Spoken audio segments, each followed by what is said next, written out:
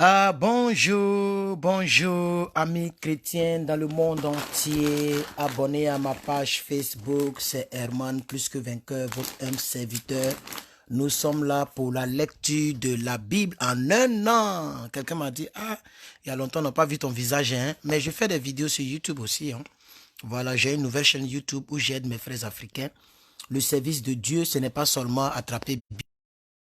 On se dit qu'on parle de Dieu, on fait des choses qui n'aident pas son prochain. Voilà, donc j'aide aussi mes prochains de l'autre côté en leur parlant de mes expériences qui peuvent les aider.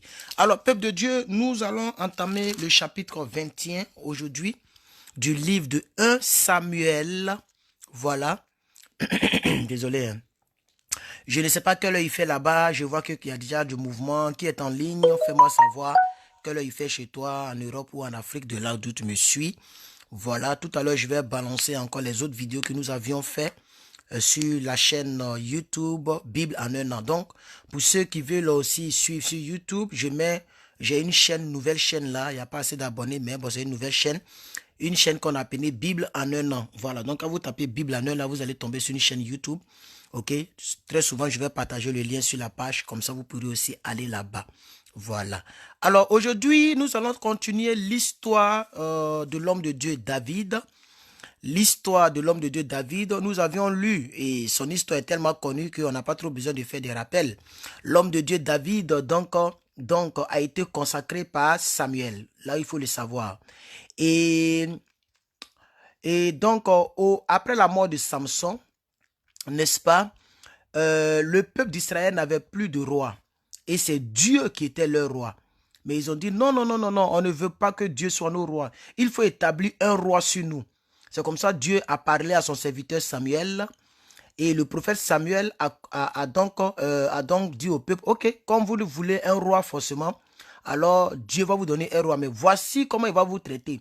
Il va vous fatiguer, il va vous maltraiter. Le peuple dit, on s'en fout. Que Dieu nous donne un roi. Et c'est dans ce sens-là que Dieu a permis que, voilà, le roi après David vienne prendre donc la place. Et il y avait donc la guerre entre les Philistins et le peuple d'Israël. Et parmi les Philistins, ok, il y a un homme, un puissant homme, un grand homme qu'on appelle donc Goliath. Voilà, on l'appelle Goliath. Donc, le roi qui était avant David s'appelait Saül. Voilà.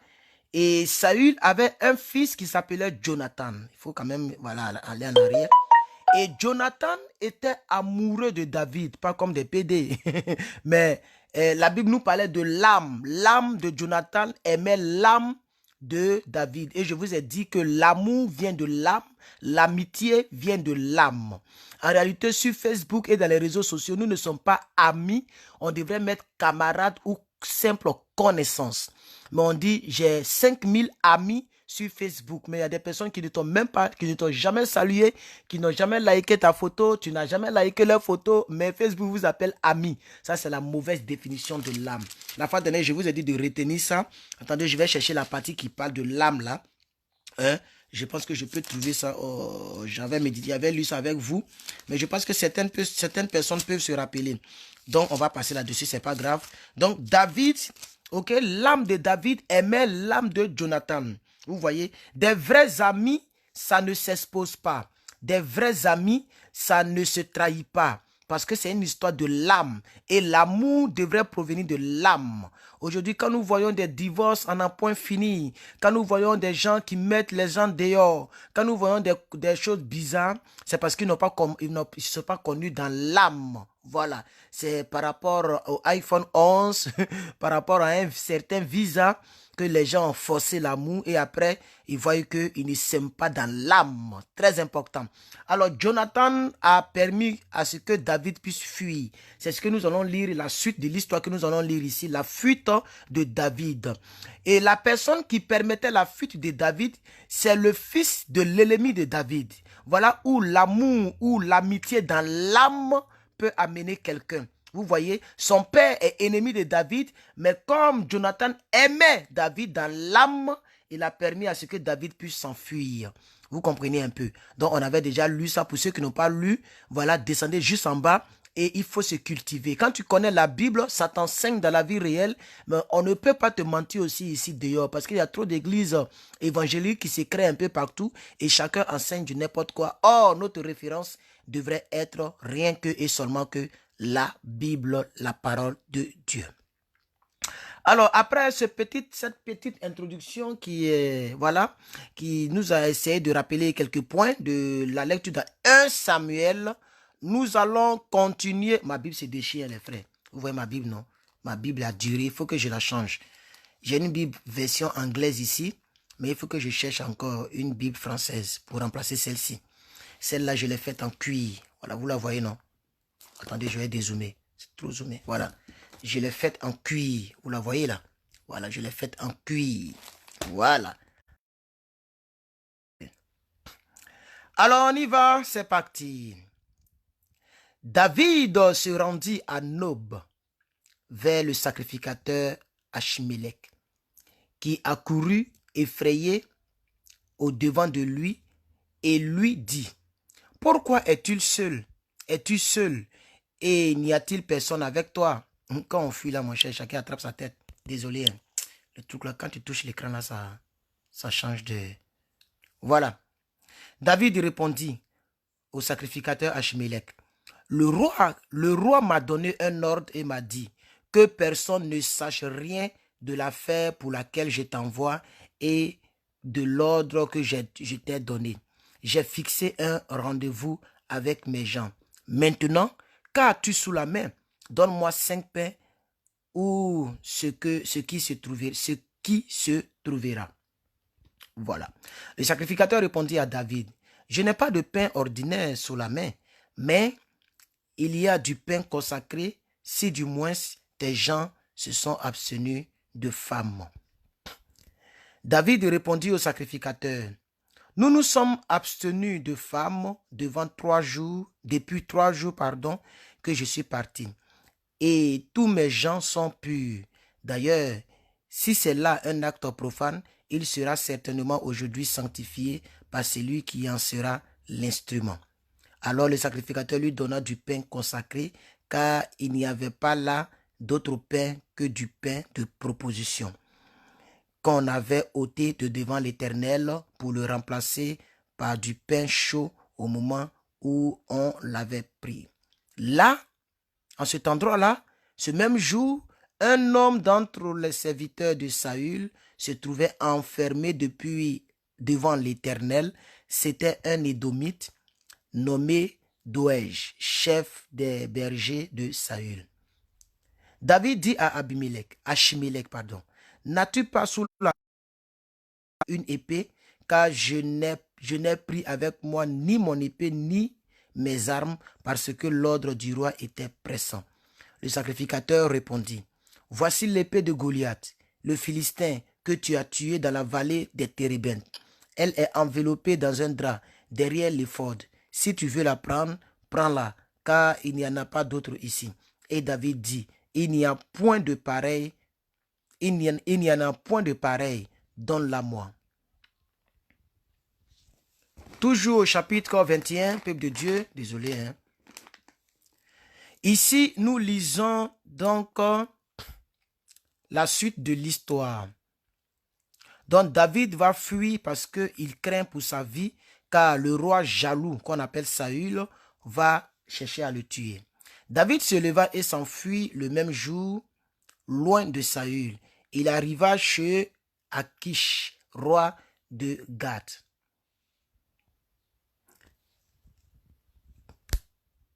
Désolé, hein, je suis en train de... Voilà. Les serviteurs d'Akish lui disent: n'est-ce pas là David, roi du pays? N'est-ce pas celui pour qui l'on chantait en disant: Saül a frappé ses 1000 et David a frappé ses 10 000. David prit à cœur ces paroles et il y eut une grande crainte d'Akish, roi de Gad. Il se montra comme un fou à leurs yeux et fit devant eux des extravagances. Il fallait des marques sur les battants des portes et il faisait des marques sur les battants des portes et il laissait couler sa salive sur sa barbe. Akish dit à ses serviteurs, « Vous voyez bien que cet homme a perdu la raison. Pourquoi me l'amenez-vous? Est-ce que je manque de fou pour que vous m'ameniez celui-ci et me rendiez témoin de ces extravagances? Faut-il qu'il entre dans ma maison? » Alors, on a fini ici le chapitre 21. Donc, il faut dire que David s'est enfui et arrivé quelque part, ils l'ont reconnu. Puisque la jalousie de Saül, là, sa jalousie provient de ce chant-là ou de ces paroles-là, ok, qui est ici. Saül a frappé ses 1000 et David ses 10 000. C'est pour ça que Saül en voulait à la vie de David, parce que David était mieux vu, mieux apprécié que le roi d'alors qui s'appelait Saül.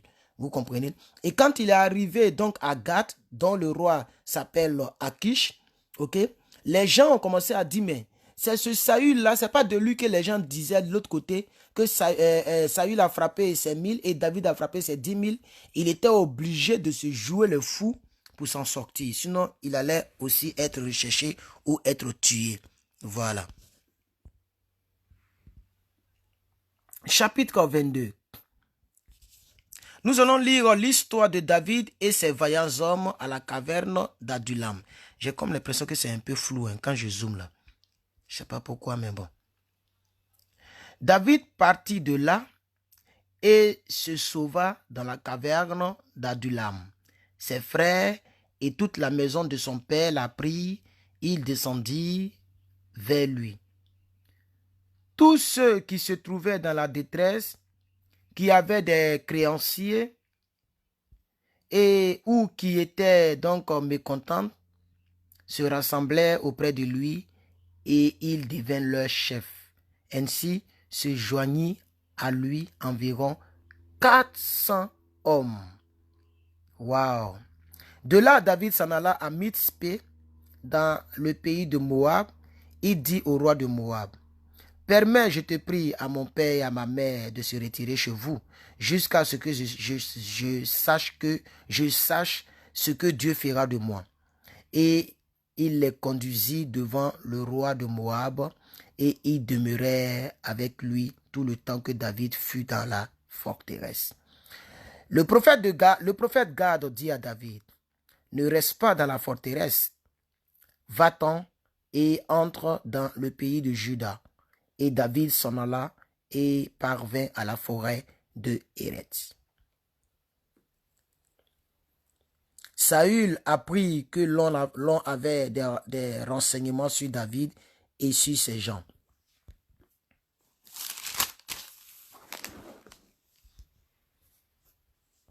Saül, assis sous le tamaris à Gibéa, sur la hauteur, il avait la lance à la main et tous ses serviteurs se tenaient près de lui.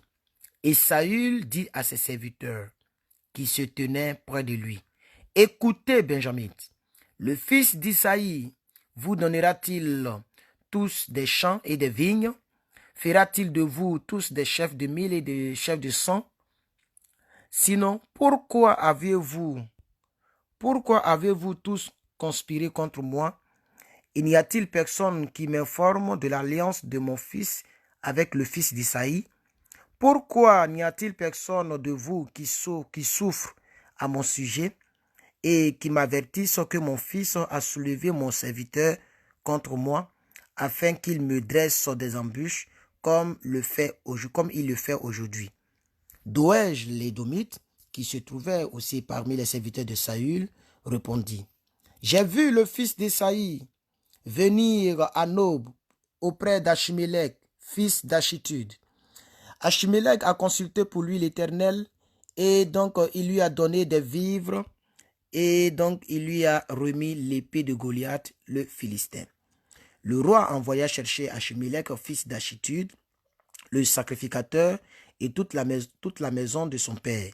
Le sacrificateur qui était à Nob le sacrificateur qui était à Nob. Ils se rendirent tous donc vers le roi. Saül dit, « Écoute, fils d'Achitude. » Il répondit, « Me voici, mon Seigneur. » Saül lui dit, « Pourquoi avez-vous conspiré contre moi, toi et le fils d'Esaïe? Pourquoi lui as-tu donné du pain et une épée, et as-tu consulté Dieu pour lui, afin qu'il se lève contre moi et me dresse des embauches, comme il le fait aujourd'hui? » Achimélec répondit au roi, « Lequel d'entre tous tes serviteurs peut être comparé au fidèle David, gendre du roi, dévoué à ses ordres et honoré dans sa maison? Est-ce aujourd'hui que j'ai commencé à consulter Dieu pour lui? Loin de moi que le roi ne mette rien à la charge de son serviteur, ni de personne de la maison de mon père, car ton serviteur ne connaît de tout ceci aucune chose, petite ou grande. » Le roi dit, « Tu mourras, Achimélec, toi et toute ta maison et toute la maison de ton père. » Et le roi dit aux coureurs qui se tenaient près de lui, « Tournez-vous et mettez à mort les sacrificateurs de l'Éternel, car ils sont d'accord avec David, ils ont bien su qu'il s'enfuyait. Et ils ne m'ont point averti. Mais les serviteurs du roi ne voulurent pas avancer la main pour frapper les sacrificateurs de l'Éternel. Alors le roi dit à Doeg, « Tourne-toi et frappe les sacrificateurs. » Et Doeg l'Édomite se tourna, et ce fut lui qui frappa les sacrificateurs. Il fit mourir en ce jour 85 hommes portant l'éphod de lin. Désolé si c'est un peu flou. J'ai tellement zoomé. Verset 19, chapitre 22, verset 19. Le livre de 1 Samuel. Saül encore frappa du tranchant de l'épée Nob, ville sacerdotale, c'est-à-dire ville consacrée à Dieu, hommes et femmes, enfants et nourrissons, bœufs, ânes et brebis tombèrent sous le tranchant de l'épée. Un fils d'Achimélec, fils d'Achitude, échappa. Son nom était Abiatar. Il s'enfuit auprès de David. Et lui, donc, on rapporta que Saül avait tué les sacrificateurs de l'Éternel. David dit donc à Abiatar, « J'ai bien pensé ce jour même que Doeg l'Édomite se trouvait là. Ne manquerait pas d'informer Saül. C'est moi qui suis la cause de la mort de toutes les personnes de la maison de ton père. Reste avec moi, ne crains rien, car celui qui cherche ma vie cherche la tienne. Près de moi, tu seras gardé. » On a fini ici le chapitre 22. Faites très attention quand vous parlez. Et faites attention parce qu'il y a toujours des espions partout. Quand David était en train de causer donc avec Achimélec, ok, voilà, le roi de Gad, il y avait quelqu'un qui connaissait Saül et qui écoutait en secret. C'est lui qui est allé dire à Saül que David a eu donc le soutien d'Achimélec. Il a eu le soutien des sacrificateurs de l'Éternel. Ok? Il a même pris l'épée de l'homme qu'il avait tué qu'on appelait Goliath. Il vient vers toi. C'est comme ça que Saül a su que David était en train de venir et il a permis que non seulement tous les sacrificateurs soient mis à mort, mais aussi voilà, qu'ils puissent réellement s'organiser. Cet homme qui était l'espion de Saül en quelque sorte. Donc faites attention, peuple de Dieu, enfant de Dieu. Voilà, ce n'est pas en présence de tout le monde qu'on dit tout. Faites très attention parce qu'il y a des ennemis un peu partout autour de nous. Nous allons entamer le chapitre 23, toujours 1 Samuel chapitre 23. Voilà le 8e livre de la Bible dans notre lecture de cette année. Lecture de la Bible en un an. Alors donc, l'un des fils d'Achimélec a fui et il est venu donc vers David. Et donc, David va commencer à délivrer certaines personnes dont l'une s'appelle Keïla. On y va. On vint dire à David, « Voici, les Philistins ont attaqué Keïla. » et il pille les airs. David consulta l'Éternel en disant, « Irai-je et battrai-je les Philistins ?» Et l'Éternel lui répondit, « Va, tu battras les Philistins et tu délivreras Keïla. » Mais les gens de David lui dirent, « Voici, nous ne sommes pas sans crainte, même en Juda. Que serait-ce si nous allons à Keïla contre les troupes des Philistins? » David consulta encore l'Éternel et l'Éternel lui dit, « Lève-toi, descends à Keïla, car je livre les Philistins entre tes mains. » David donc alla avec ses gens à Keïla et il se battit contre les Philistins. Il amena leur bétail, il leur fit éprouver une très grande défaite. Ainsi, David délivra les habitants de Keïla. Keïla, c'est un lieu, ce n'est pas le nom de quelqu'un. Lorsque Abiathar, fils d'Achimélec, s'enfuit vers David à Keïla, il descendit ayant en main l'éphod. Saül fut informé de l'arrivée de David à Keïla et il dit, « Dieu le livre entre mes mains, car il est venu s'enfermer dans une ville qui a des portes et des barres. » Donc, en d'autres termes, une ville fortifiée.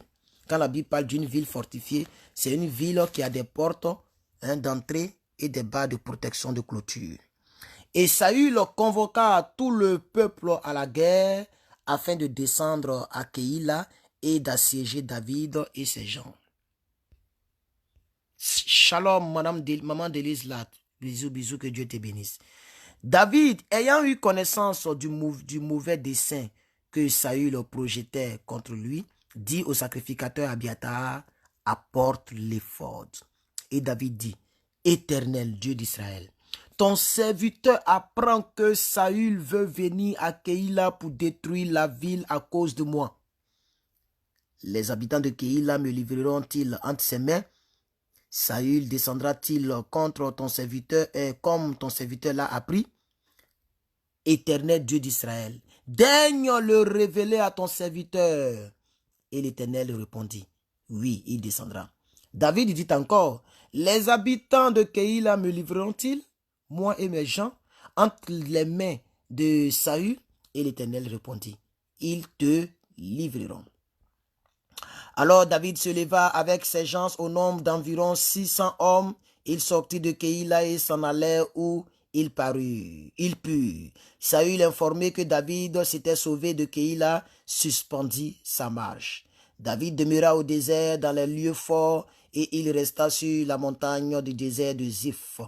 Saül le cherchait toujours, mais Dieu ne le livra pas entre ses mains. David, voyant Saül en marche pour attenter à sa vie, se tint au désert de Ziph dans la forêt. Ce fut alors que Jonathan, fils de Saül, se leva et alla vers David dans la forêt. Il fortifia sa confiance en Dieu et lui dit, « Ne crains rien. » Ça, c'est le fils de son ennemi qui lui donne des conseils comme ça. Car la main de Saül, mon père, ne t'entendra pas. Tu régneras sur Israël, et moi je serai au second rang près de toi. Saül, mon père, le sait très bien. Bon, le sait bien. Ils firent tous deux alliance devant l'Éternel, et David resta dans la forêt, et Jonathan s'en alla chez lui. Les Ziphéens montèrent auprès de Saül à Gibéa et dirent, vous voyez, il y a toujours des espions partout, toujours des espions. David n'est-il pas caché parmi nous dans les lieux forts, dans la forêt, sur la colline de Aquila, qui est au midi de la forêt? Descends donc, ô roi, puisque c'est là tout le désir de ton âme, et à nous de le livrer entre les mains du roi. Saül dit, que l'Éternel vous bénisse de ce que vous avez pitié de moi. Allez, je vous prie, prenez encore des informations. Allez, prenez encore quoi? Des informations pour savoir et pour découvrir dans quel lieu. Attendez, c'est un peu flou, voilà, comme ça c'est bon. Pour savoir et pour découvrir dans quel lieu il a dirigé ses pas et qui l'y a vu, car il est, m'a-t-on dit, fort et rusé. J'aime le français de la Bible parce qu'il est bien construit. Quelqu'un qui lit la Bible à chaque fois, Même si tu casses le français de Molière, un jour tu vas savoir parler français. C'est un bon français au fait. Examinez et reconnaissez tous les lieux où il se cache. Puis, revenez vers moi avec quelque chose de certain et je partirai avec vous. S'il est dans le pays, je le chercherai parmi tous les milliers de Juda. Ils se levaient donc et allaient à Ziph avant Saül. David et ses gens étaient au désert de Mahon, dans la plaine au midi du désert. Saül partit avec ses gens à la recherche de David, et l'on en informa David qui descendit donc le rocher et resta dans le désert de Mahon. Saül, l'ayant appris, poursuivit David au désert de Mahon. Saül marchait d'un côté de la montagne et David avec ses gens de l'autre côté de la montagne. David fuyait précipitamment pour échapper à Saül.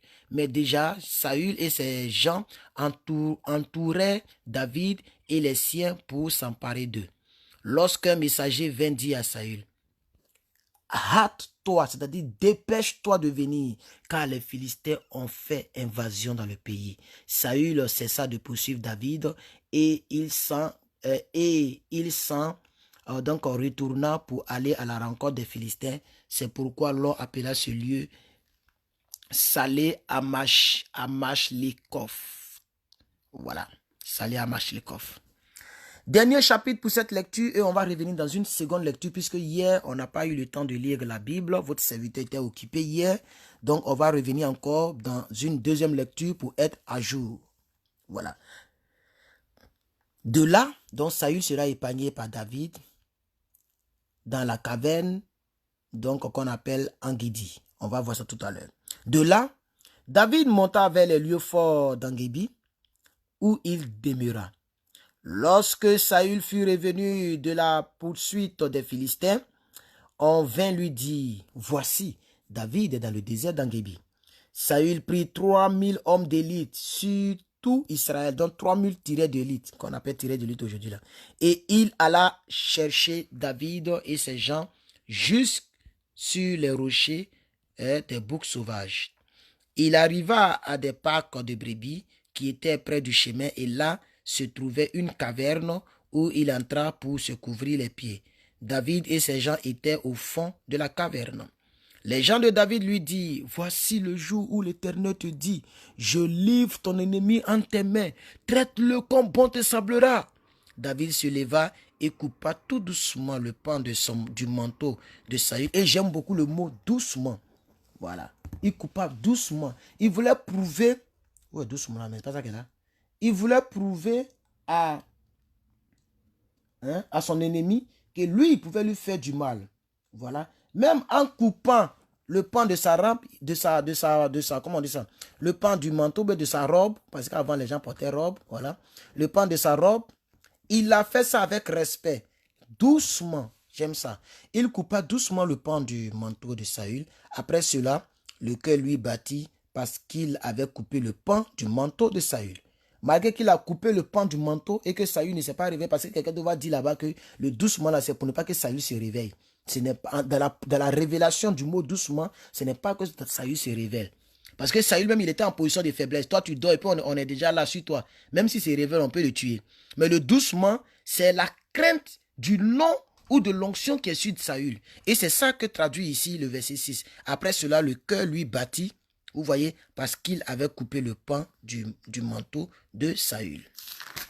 Vous comprenez un peu. Continuons la lecture du peuple de Dieu. Verset 7.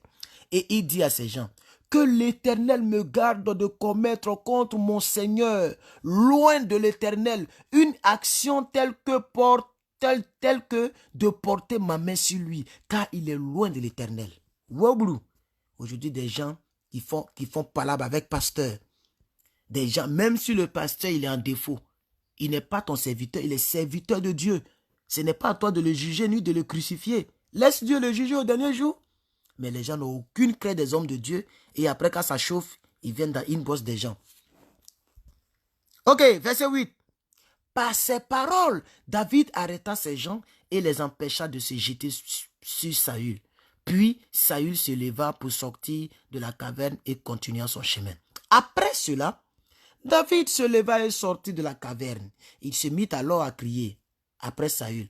Ô roi Saül, mon Seigneur, Saül regarde derrière toi. Et David s'inclina le visage contre terre et se prosterna. David dit à Saül, pourquoi écoutes-tu les propos des gens qui disent, voici David cherche ton malheur. C'est-à-dire, voici David est en train de chercher ton malheur. Tu vois maintenant de tes propres yeux que l'Éternel t'avait livré aujourd'hui entre mes mains dans la caverne. On m'excita à te tuer, mais je t'ai épargné et j'ai dit, je ne porterai pas la main sur mon serviteur, mon Seigneur, car il est loin de l'Éternel. Vois mon Père, vois donc le pan de ton manteau dans ma main. Puisque j'ai coupé le pan de ton manteau et que je ne t'ai pas tué, sache et reconnais qu'il n'y a dans ma conduite ni méchanceté ni révolte.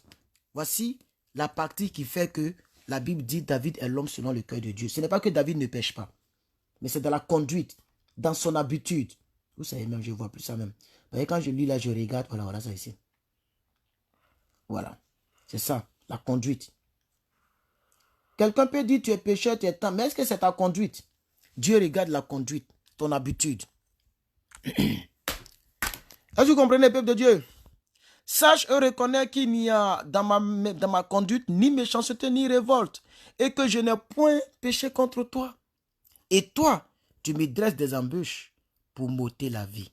L'Éternel sera juge entre moi et toi, et l'Éternel me vengera de toi, mais je ne porterai point la main sur toi. Des méchants vient la méchanceté. Bon, le vient là, c'est pas pour les méchants. Le vient est mis pour méchanceté. Très souvent, ça trompe. Moi, je dis, mais ça, c'est une faute. Il y a des gens qui sont sur la toile qui veulent critiquer la Bible.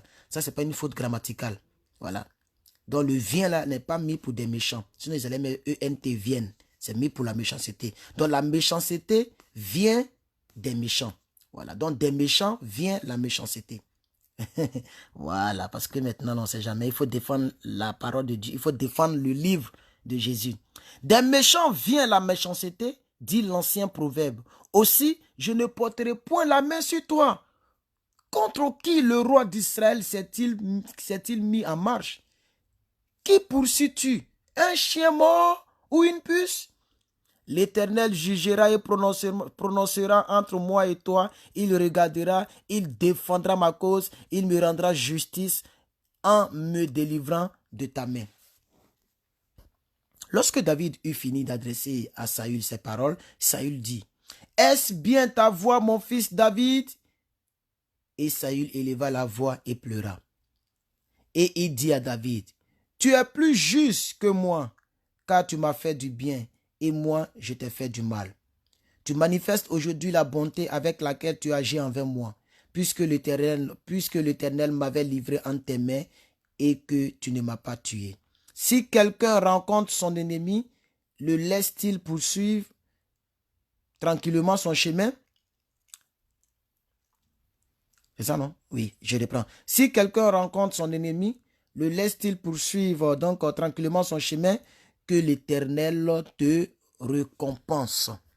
Te récompense pour ce que tu m'as fait en ce jour. Maintenant, voici. Je sais que tu régneras et que la royauté d'Israël restera entre tes mains. Jure-moi donc par l'Éternel que tu ne détruiras pas ma postérité après moi et que tu ne retrancheras pas mon nom de la maison de mon père. David le jura à Saül, puis Saül s'en alla dans sa maison et David et ses gens montèrent au lieu fort. Alors, tout à l'heure, je vais revenir dans une autre vidéo. C'est la suite de la lecture de la Bible dans le livre de 1 Samuel du chapitre 25 au chapitre 28. Attendez, je vais voir si ça existe d'abord.